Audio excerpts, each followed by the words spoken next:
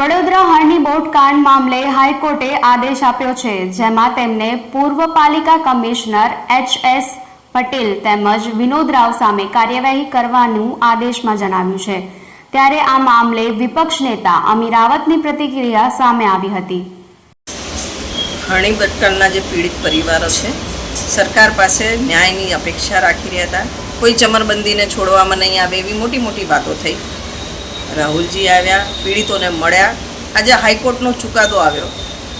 ચુકાદામાં સ્પષ્ટ કહ્યું છે કે તત્કાલીન મ્યુનિસિપલ કમિશનર એચ.એસ. પટેલ અને ડૉક્ટર વિનોદ રાવ આ માટે જવાબદાર છે.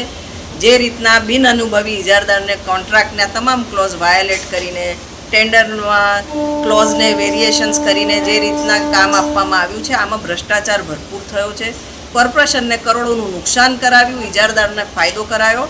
ચોક્કસ આની પાછળ કોઈ મોટા રાજકીય માથાઓ ઇન્વોલ્વ હોય, જેમના સૂચના અનુસાર આ કાર્યવાહી કરવામાં આવી હોય. ફક્ત મ્યુનિસિપલ કમિશનર શ્રી જાતે કરે, અમે તો દરેક પગલે આ બાબતે ધ્યાન દોરેલું છે.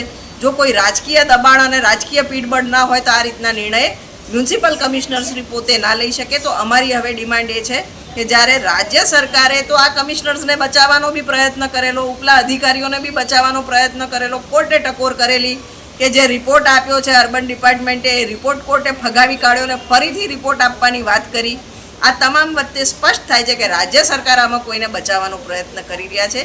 એ કયા વગદાર નેતાઓ હતા જેના કહેવાથી ને કોના ફાયદા માટે આખો નિર્ણય લેવાયો છે, એ હકીકત બહાર આવી જોઈએ. ને આ તત્કાલીન કમિશનર શ્રી એમના નામ બહાર પાડી શકે, એમની તપાસ થવી જોઈએ. એ બાબતે આજે અમે આપને રજૂઆત કરવા માંગીએ છીએ.